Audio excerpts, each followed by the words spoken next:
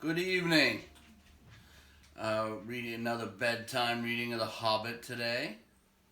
I hope you enjoy today's chapter. The good news, it's probably one of the best chapters in the book. If not, I think it's my favorite chapter in the book. The problem is it's the longest, or close to it. So we do have to get these done one a day at this point. So just stick with it. It's a really good chapter. I think you'll like it. It's my dog, and it's my dog's butt. Obi, go lay down. Oh, you're a good boy, buddy. I know, you're a good boy. Yeah. And my son Connor has something to show you. Hello, so this is the ring, that Bilbo found in, where Gollum was in the, cave, and, yeah, so I have it here, and I will change invisible. So, ready? 3, 2, 1. Okay, so I can't see Connor. I can hear him. So clearly, wow. That was amazing. All right, well, chapter 12, Inside Information. For a long time, the dwarves stood in the dark before the door and debated, until at last Thorin spoke. Now it is the time for our esteemed Mr. Baggins, who has proved himself a good companion on our long road, and a hobbit full of courage and resource, far exceeding its size, and if I may say so, possessed of good luck, for far exceeding the usual allowance. Now is the time for him to perform the service for which he was included in our company. Now is the time for him to earn his reward. You are familiar with Thorin's style on important occasions, so I'll not give you any more of it. Though he went on a good deal longer than this. It certainly was an important occasion, but Bilbo felt impatient. By now, he was quite familiar with Thorin, too, and he knew what he was driving at. If you mean you think it is my job to go into the secret passage first, O Thorin Thrain's son Oakenshield, may your beard grow ever longer, he said crossly. Say so at once and have done. I might refuse. I've got you out of 2 messes already, which were hardly an original bargain, so that I am, I think, already owed some reward. But third time pays for all, as my father used to say. And somehow, I don't think I shall refuse. Perhaps I've begun to trust my luck more than I used to in the old days. He meant last spring before he left his own house, but it seems centuries ago. But anyway, I think I will go and have a peep at once and get it over. Now, who is coming with me? He did not expect a chorus of volunteers, so he was not disappointed. Feely and Keely looked uncomfortable and stood on one leg, but the others made no pretense of offering, except old Balin, the lookout man, who was rather fond of the hobbit. He said he would come inside at least, and perhaps a bit of the way too, ready to call for help if necessary. The most that can be said for the dwarves is this. They intended to pay Bilbo really handsomely for his services. They had brought him to do a nasty job for them, and they didn't mind the poor little fellow doing it if he would. But they would all have done their best to get him out of trouble if he got into it. As they did in the case of the trolls at the beginning of their adventures, before they had any particular reasons for being grateful to him. There it is. Dwarves are not heroes, but calculating folk with a great idea of the value of money. Some are tricky and treacherous and pretty bad lots. Some are not. But are decent enough people, like Thorin and company, if you don't expect too much. The stars were coming out behind him in a pale sky, barred with black, when the hobbit crept through the enchanted door and stole into the mountain. It was far easier going than he expected. There was no goblin entrance or rough wood elf's cave. It was a passage made by dwarves at the height of their wealth and skill, straight as a ruler, smooth-floored and smooth-sided, going with a gentle, never-varying slope direct to some distant end in the blackness below. After a while, Balin bade Bilbo, "Good luck," and stopped where he could still see the faint outline of the door. By a trick of the echoes of the tunnel, hear the rustle of the whispering voices of the others just outside. Then the hobbit slipped on his ring, and warned by the echoes to take more than hobbit scare to make no sound, he crept noiselessly down, down, down into the dark. He was trembling with fear, but his little face was set and grim. Already he was a very different hobbit from the one that had run out without a pocket handkerchief from Bag End long ago. He had not had a pocket handkerchief for ages. He loosened his dagger in his sheath, tightened his belt, and went on. "Now you are in for it at last, Bilbo Baggins," he said to himself. "You went and put your foot right in it that night of the party, and now you've got to pull it out and pay for it. Dear me, what a fool I was, and am," said the least tookish part of him. "I've absolutely no use for Drakengard treasures. The whole lot could stay here forever. If only I could wake up and find this beastly tunnel was my own front hall at home." He did not wake up, of course, but went still on, till all sign of the door behind had faded away. He was altogether alone. Soon he thought he was beginning to feel warm. "Is that a kind of glow I seem to see coming right ahead down there?" he thought. It was. As he went forward, it grew and grew till there was no doubt about it. It was a red light, steadily getting redder and redder. Also, it was now undoubtedly hot in the tunnel. Wisps of vapor floated up and past him, and he began to sweat. A sound, too, began to throb in his ears, a sort of bubbling like the noise of a large pot galloping on the fire, mixed with the rumble of a gigantic tomcat purring. This grew to the unmistakable gurgling noise of some vast animal snoring in its sleep down there in the red glow in front of him. It was at this point that Bilbo stopped. Going on from there was the bravest thing he ever did. The tremendous things that happened afterwards were as nothing compared to it. He fought the real battle in the tunnel alone before he ever saw the vast danger that lay in wait.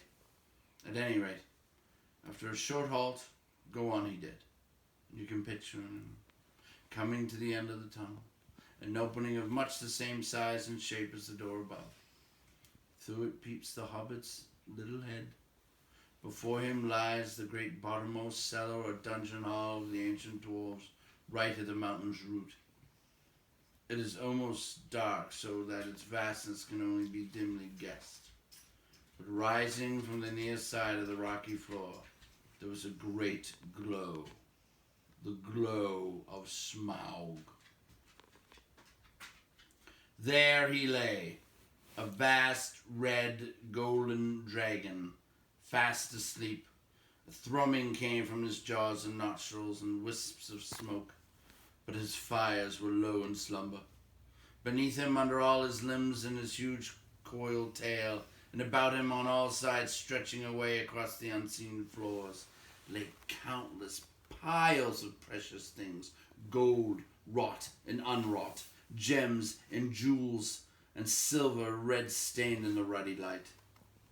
Smaug lay, with wings folded like an immeasurable bat, turned partly on one side so that the hobbit could see his underparts and his long, pale belly crusted with gems and fragments of gold from his long lying on his costly bed. Behind him where the walls were nearest could dimly be seen coats of mails, helms and axes, swords and spears hanging, and there in rows stood great jars and vessels filled with a wealth that could not be guessed. To say that Bilbo's breath was taken away is no description at all. There were no words left to express his staggerment, since men changed the language that they learned of elves in the days when all the world was wonderful. Bilbo had heard tell and sing of dragon hordes before, but the splendor, the lust, the glory of such treasure had never yet come home to him. His heart was filled and pierced with an enchantment and with the desire of dwarves. He gazed motionless, almost forgetting the frightful guardian, at the gold beyond price and count. He gazed for what seemed an age, before, drawn almost against his will, he stole from the shadow of the doorway, across the floor to the nearest edge of the mounds of treasure. Above him the sleeping dragon lay, a dire menace even in his sleep.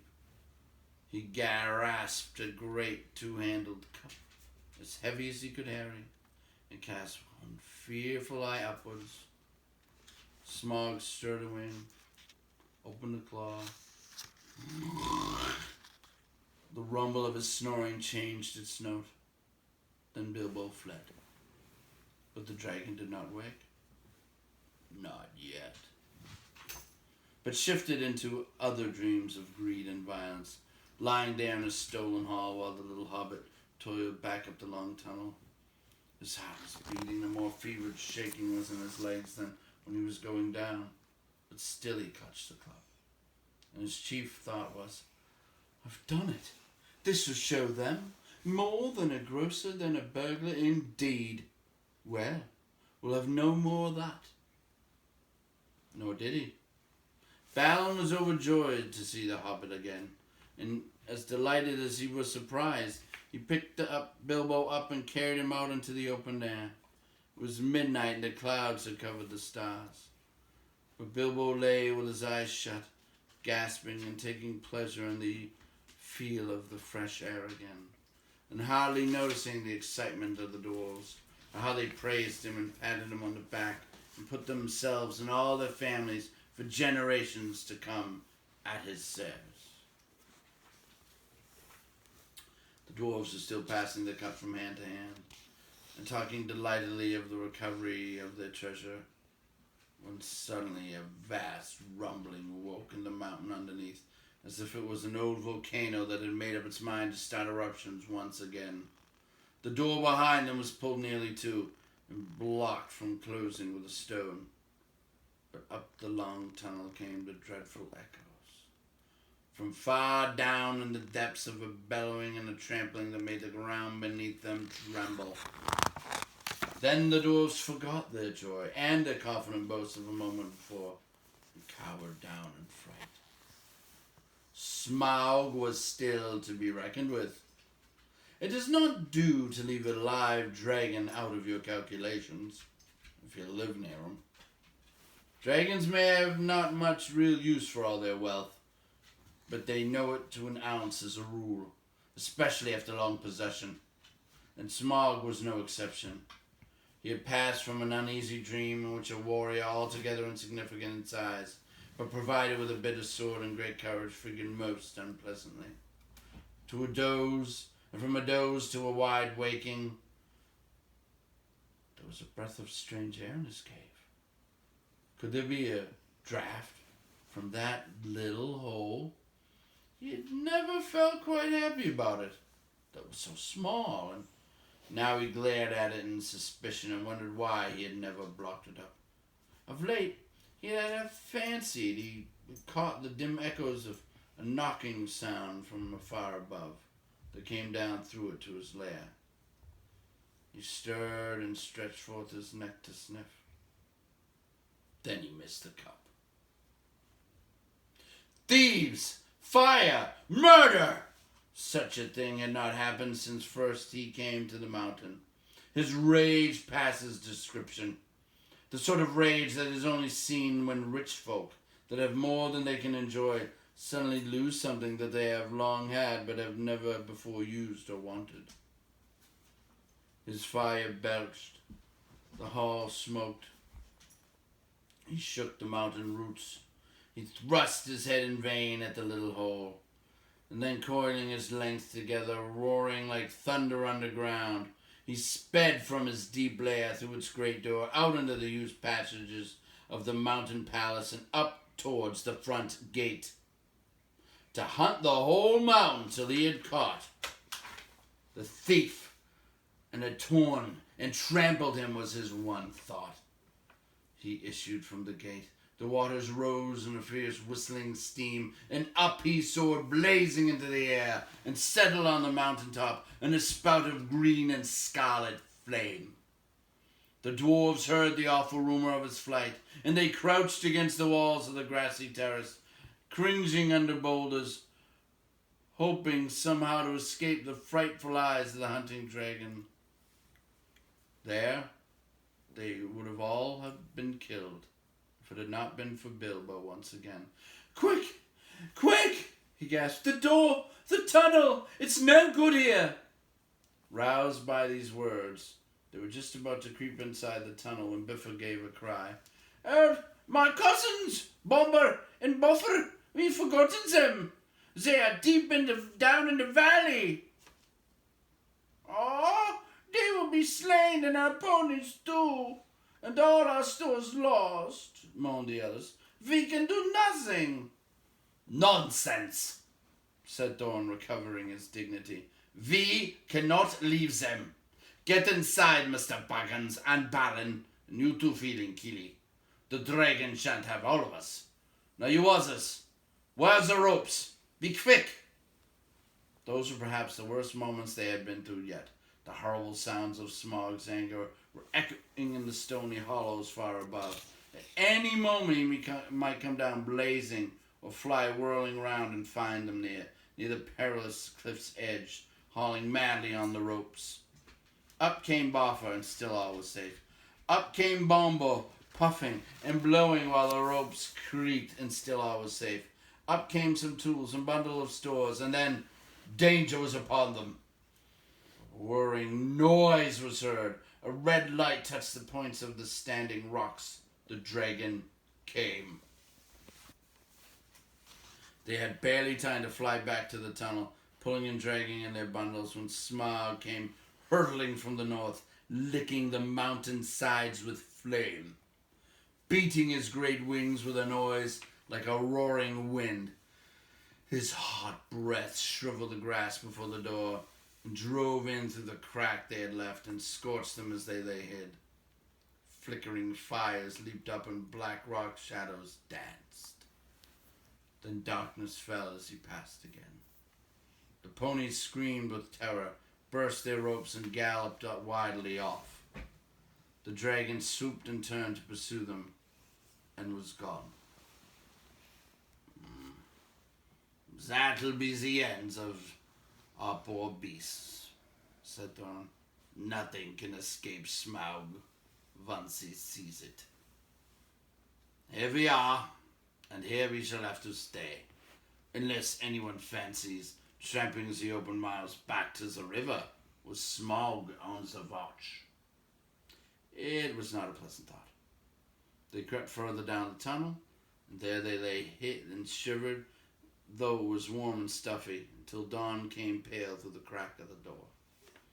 Every now and again, through the night, they could hear the roar of the flying dragon grow and then pass and fade, as he hunted round and round the mountainsides.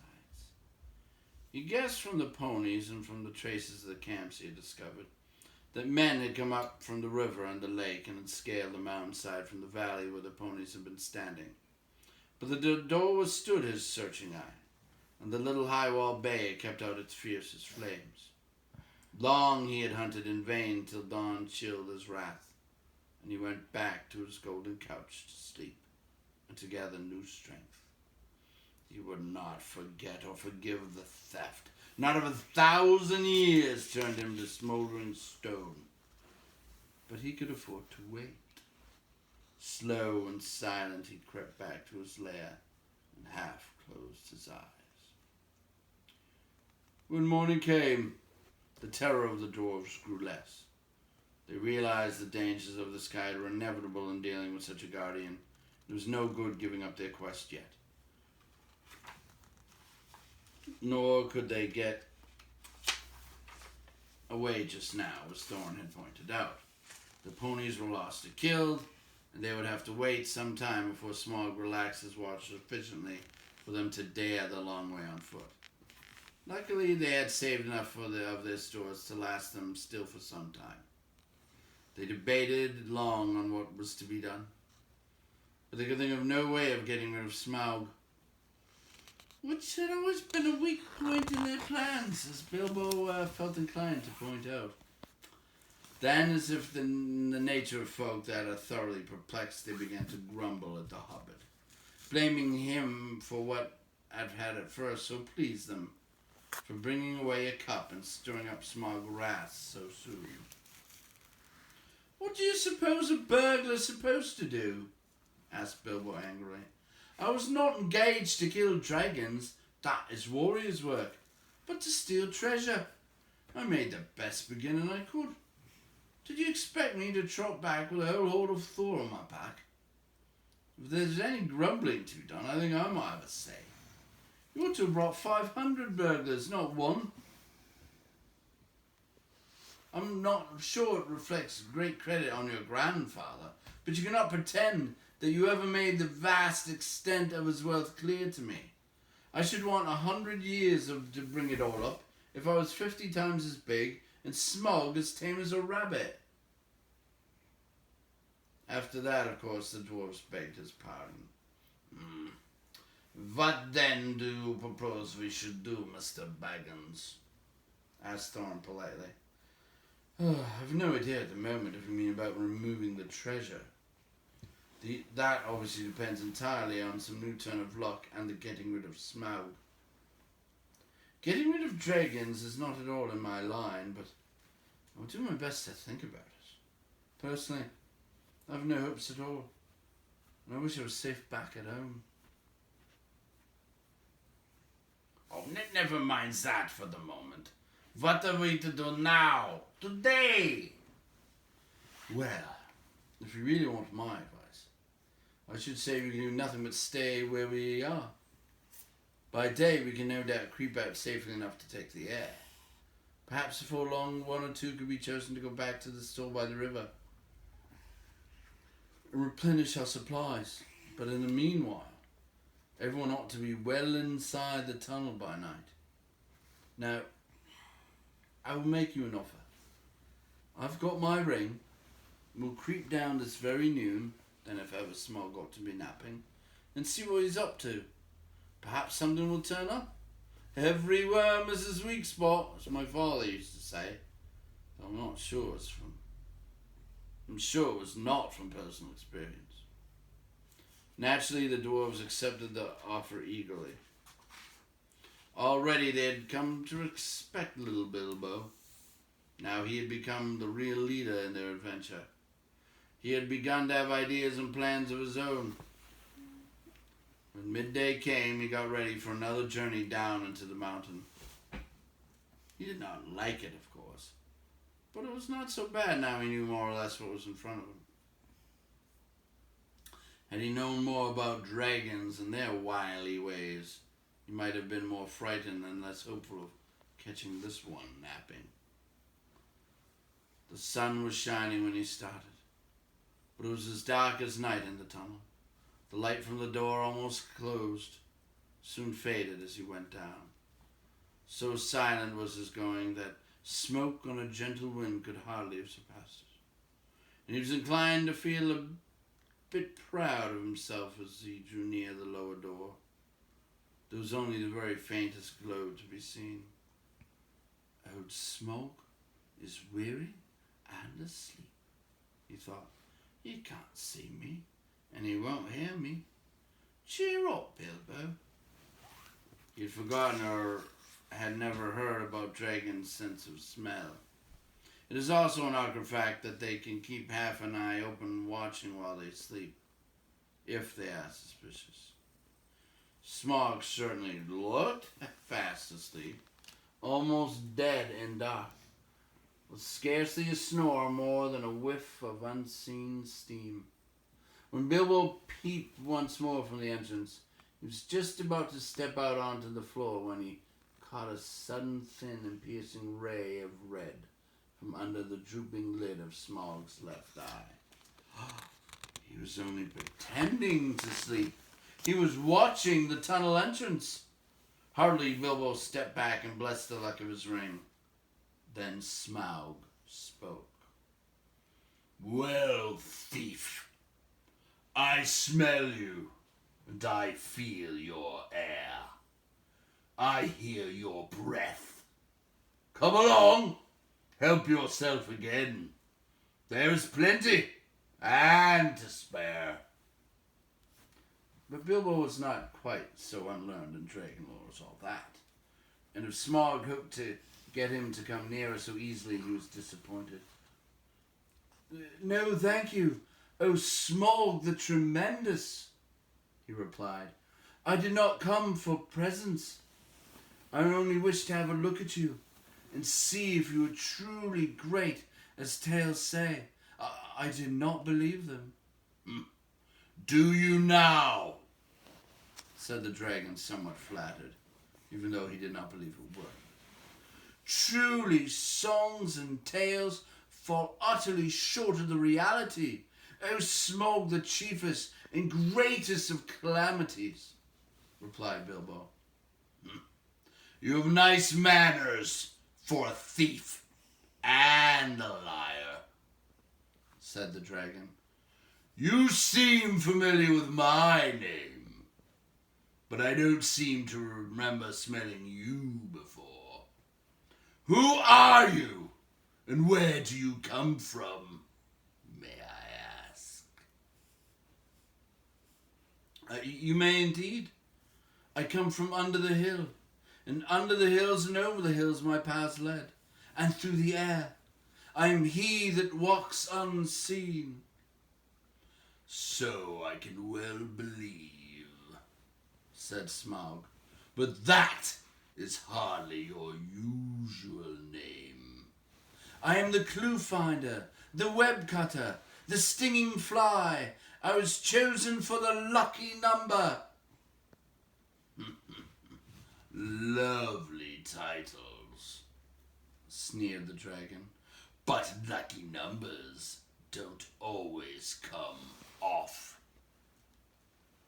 "I am he that buries his friends alive and drowns them, and draws them alive again from the water. I came from the end of a bag, but no bag went over me." "These don't sound so credible," scoffed Smaug. "I'm the friend of bears and the guest of eagles. I am ring winner and luck wearer, and I am barrel rider," went on Bilbo, beginning to be pleased with his riddling. "That's better," said Smaug. "But don't let your imagination run away with you." This, of course, is the way to talk to dragons if you don't want to reveal your proper name, which is wise, and don't want to infuriate them by a flat refusal, which is also very wise.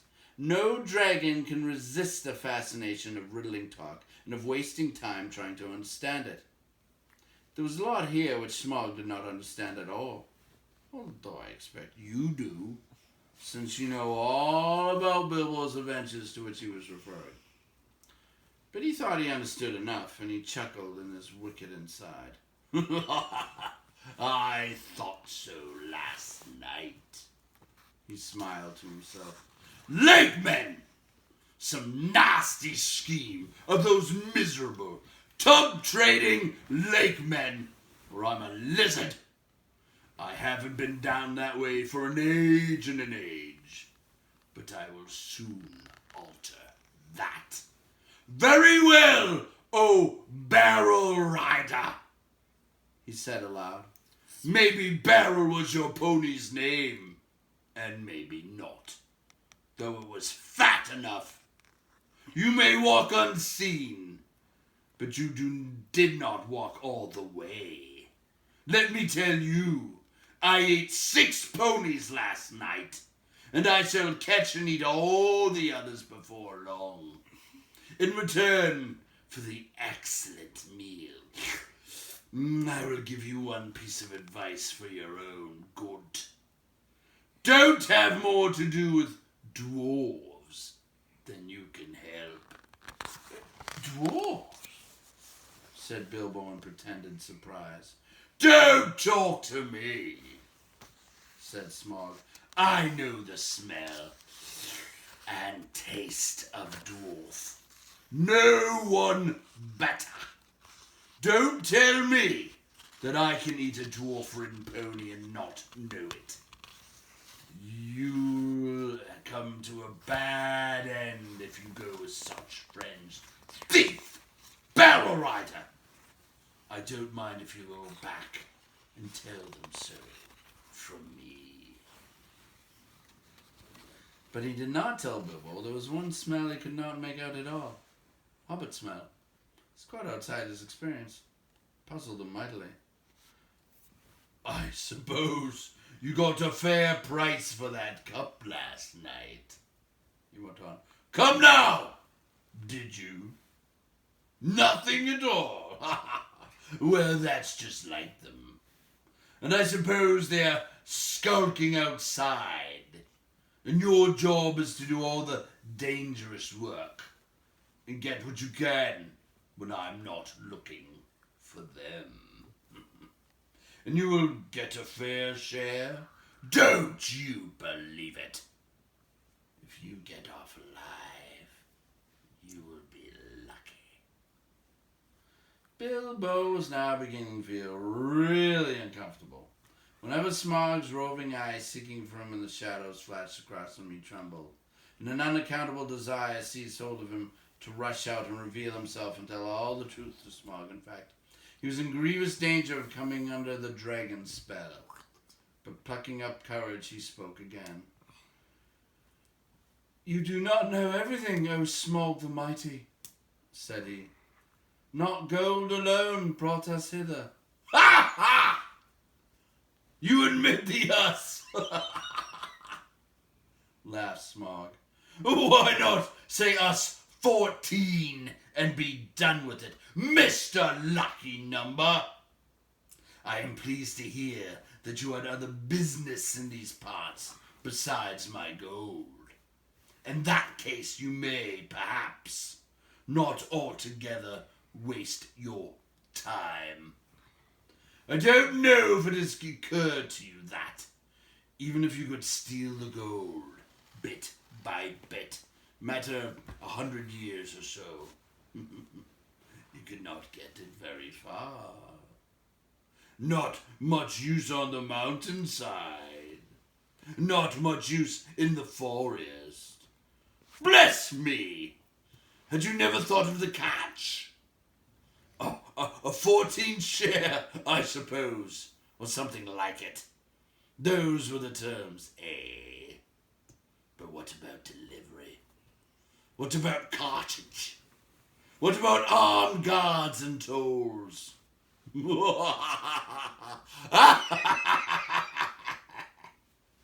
Smaug laughed aloud. He had a wicked and a wily heart, and he knew his guesses were not far out, though he suspected the lakemen were at the back of the plans, and that most of the plunder was meant to stop down the town by the shore that in his young days had been called Escaroth. You will hardly believe it, but poor Bilbo was really very taken aback. So far all his thoughts and energies had been concentrated on getting to the mountain and finding the entrance. He had never bothered to wonder how the treasure was to be removed, certainly never how any part of it that might fall to his share was to be brought all the way back to Bag End under hill. Now a nasty suspicion began to grow in his mind. Had the dwarves forgotten this important point too? Or they are all laughing in their sleeves at him all the time? That is the effect that dragon talk has on the inexperienced. Bilbo, of course, ought to have been on his guard, but Smaug had a rather an overwhelming personality. I tell you, he said in an effort to remain loyal to his friends and to keep his end up. that gold alone was only an afterthought with us. We came over hill and under hill, by wave and wind, for revenge. Surely, O Small the unaccessibly wealthy, you must realize that your success has made you some bitter enemies.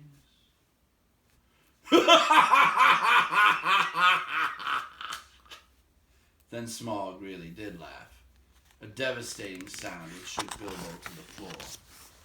While far up in the tunnel, the dwarves huddled together and imagined that the hobbit had come to a sudden and nasty end. Revenge! He snorted, and the light of his eyes lit the hall from floor to ceiling like scarlet lightning. Revenge! The king under the mountain is dead, and where are his kin that dare seek revenge? Girion, Lord of Dale, is dead, and I've eaten his people like a wolf among sheep. And where are his sons that dare approach me? I kill where I wish, and none dare resist. I laid low the warriors of old, and their like is not in the world today. Then I was but young and tender. Now I am old and strong.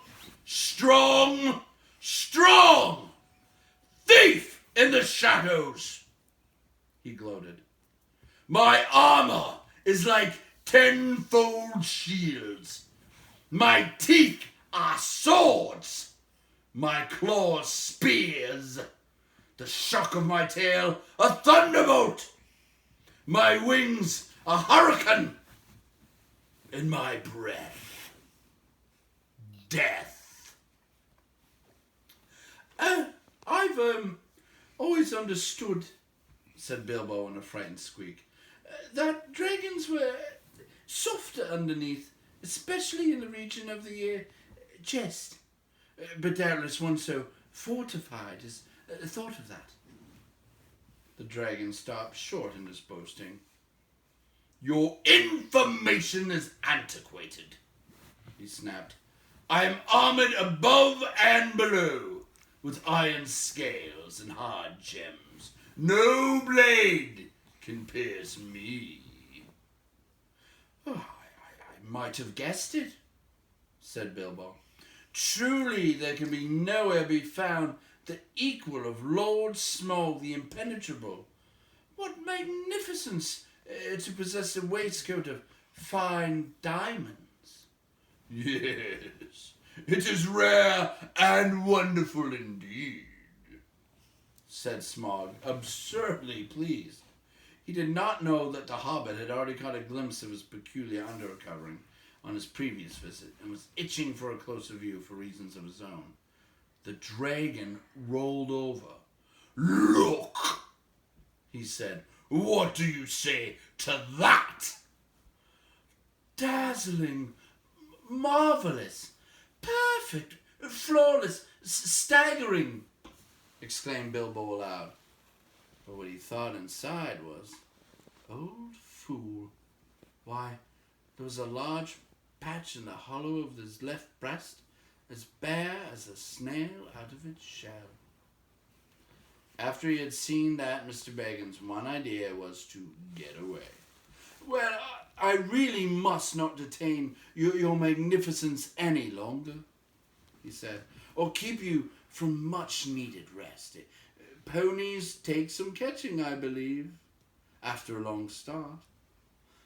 And so do burglars, he added as a parting shot, as he darted back and fled up the tunnel. It was an unfortunate remark, for the dragon spouted terrific flames after him. And fast though he sped up the slope, he had not gone nearly far enough to be comfortable when the glassy head of Smaug was thrust against the opening behind. Luckily, the whole head and jaws could not squeeze in, but the nostrils sent forth fire and vapor to pursue him. And he was nearly overcome, and stumbled blindly on in great pain and fear. He'd been feeling rather pleased with his cleverness of his conversation with Smaug, but his mistake at the end shook him into better sense. "Never laugh at live dragons, Bilbo, you fool," he said to himself. It became a favourite saying of his later, and passed into a proverb. "You are not nearly through this adventure yet," he added. And that was pretty true as well. The afternoon was turning into evening when he came out again and stumbled and fell in a faint on the doorstep. The dwarves revived him and doctored his scorches as well as they could. But it was a long time before the hair on the back of his head and his heels grew properly again. It had all been singed and frizzled right down to the skin. In the meanwhile, his friends did their best to cheer him up, and they were eager for his story, especially wanting to know why the dragon had made such an awful noise and how Bilbo had escaped. But the hobbit was worried and uncomfortable, and they had difficulty in getting anything out of him. On thinking things over, he was now regretting some of the things he had said to the dragon, and was not eager to repeat them. The old thrush was sitting on a rock nearby with his head cocked on one side, listening to all that was said. It shows what an ill temper Bilbo was in. He picked up a stone and threw it at the thrush, which merely fluttered aside and came back. "Drat that bird," said Bilbo crossly. "I believe he is listening. I don't like the look of him." "Oh, leave him alone," said Thorn. "The thrushes are good and friendly. This is a very old bird indeed, and is maybe the last left of the ancient breed that used to live about here, tamed to the hands of my father and grandfather.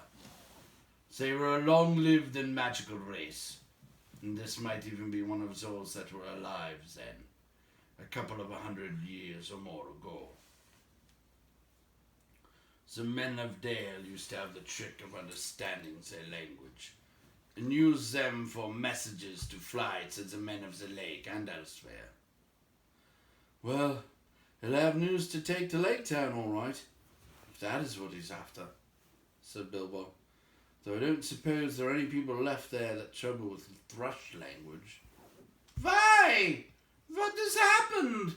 cried the dwarfs. "Do get on with your tale." So Bilbo told them all he could remember, and he confessed that he had a nasty feeling that the dragon guessed too much from his riddles, added to the camps and the ponies. "I'm sure he knows you came from Lake Town and it helped from that, and I have a horrible feeling that his next move may be in that direction. I wish to goodness I never said that about Barrel Rider. It'd make even a blind rabbit in these parts think of the lake man." Well, it cannot be helped, and it is difficult not to slip in talking to a dragon, or so I have always heard," said Balin, anxious to comfort him. "I think you did very well, if you ask me. You found out one very useful thing at any rate, and got home alive. That is more than most can say who have words with the likes of Smaug. It may be a mercy and a blessing yet to know of that bare patch and see old Worm's diamond waistcoat." That turned the conversation, and they all began discussing dragon slayings, historical, dubious, and mythical, and the various sorts of stabs and jabs and undercuts, and the various different art devices and stratagems by which they had been accomplished. The general opinion was that catching a dragon napping was not as easy as it sounded, and the attempt to stick one or prod one asleep was more likely to end in disaster than a bold frontal attack. All the while they talked, the thrush listened, until at last, when the stars began to peep forth, it silently spread its wings and flew away. And all the while they talked and the shadows lengthened, Bilbo became more and more unhappy, and his foreboding grew.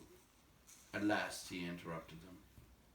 "I am sure we are very unsafe here," he said, "and I don't see the point of sitting here.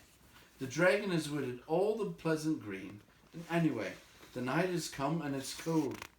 But I feel it in my bones that this place will be attacked again. Smaug knows how I came down into this hole. and you can trust him to guess where the other side of the tunnel is. He will break all this side of the mountain to bits if necessary to stop up our entrance. And if we are smashed with it, the better he will like it. You are very gloomy, Mr. Baggins, said Thorn. Why is not Smogbrock Zolorin then, if he is so eager to keep us out? He is not, or we should have heard him. I don't know. Because at first he wanted to try and lure me in again, I suppose.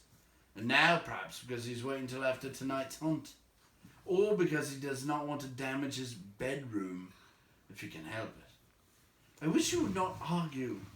Smog will be coming out at any minute now, and our only hope is to get well into the tunnel and shut the door. He seemed so much in earnest that the dwarves at last did as he said.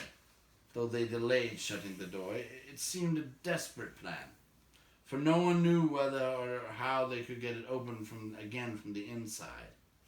And the thought of being shut in a place from which the only way out led through a dragon's lair was not one they liked. Also, everything seemed quite quiet, both outside and down the tunnel. So for a longish while they sat inside, not far down from the half-open door, and went on talking. The talk turned to the dragon's wicked words about the dwarves. Bilbo wished he had never heard them, or at least that he could felt quite certain that the dwarves now were an absolute honest when they declared that they had never thought at all about what would happen after the treasure had been won. We knew it would be a desperate venture, said Thorn, and we know that still. And I still think that when we have won it, it'll be time enough to think what to do about it. As for your share, Mr. Baggins, I assure you, we are more than grateful, and you shall choose your own 14th, as soon as we have anything to divide. I am sorry if you are worried about transport, and I admit the difficulties are great. The lands have become less vile with the passing of time rather than the reverse. But we will do whatever we can for you, and take our share of the costs once the time comes. Believe me or not, as you like. From that, the talk turned to the great hoard itself, and to the things that Thorn and Balin remembered. They wondered if they were still lying there unharmed in the hall below. The spears that were made for the armies of the great King Bloodorthrin, long since dead. Each had a thrice-forged head, and the shafts were inlaid with cunning gold. But they were never delivered or paid for. Shields made for warriors long dead. The great golden cup of Thor, two-handed, hammered and carven with birds and flowers, whose eyes and petals were of jewels. Coats of mail, gilded and silvered and impenetrable. The necklace of Geryon, Lord of Dale, made of 500 emeralds green as grass, which he gave for the arming of his eldest son in a coat of dwarf-linked rings, the like of which had never been made before. For it was wrought of pure silver, to the power and strength of triple steel. But the fairest of all was the great white gem, which the dwarves had found beneath the roots of the mountain, the heart of the mountain, the Arkenstone of Thrain. The Arkenstone, the Arkenstone, murmured Thorn in the dark, half dreaming with his chin upon his knees. It was like a globe with 1,000 facets. It shone like silver in the firelight, like water in the sun, like snow under the stars, like rain upon the moon. But the enchanted desire of the horde had fallen from Bilbo. All through their talk, he was only half listening to them. He sat nearest to the door with one ear cocked for any beginnings of a sound without. His other was alert for echoes beyond the murmurs of the dwarves, for any whisper of a movement from far below. Darkness grew deeper, and he grew ever more uneasy. "Shut the door," he begged them. "I fear that dragon in my marrow. I like this silence far less than the uproar of last night. Shut the door before it's too late. Something in his voice gave the dwarves an uncomfortable feeling. Slowly Thorn shook off his dreams, and getting up he kicked away the stone that wedged the door. Then they thrust upon it, and it closed with a snap and a clang. No trace of a keyhole was left there on the inside. They were shut in the mountain. And not a moment too soon. They had hardly gone any distance down the tunnel when a blow smote the side of the mountain like the crash of battering rams made of forest oaks and swung by giants.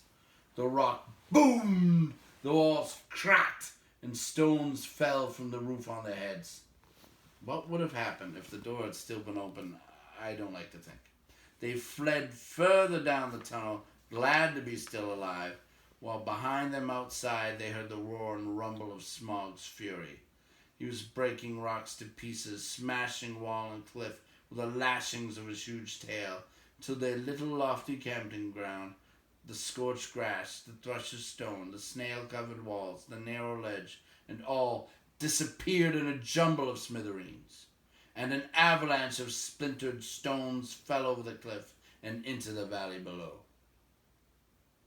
Smaug had left his lair in silent stealth, quietly soared into the air, and then floated heavy and slow in the dark, like a monstrous crow, down the wind towards the west of the mountain, in the hopes of catching unawares something or somebody there, and of spying the outlet to the passage which the thief had used. This was the outburst of his wrath when he could find nobody and see nothing, even where he guessed the outlet must actually be. After he had let off his rage in this way, he felt better, and he thought in his heart that he would not be troubled again from that direction. And the meanwhile, he had further vengeance to take. Barrel Rider, he snorted.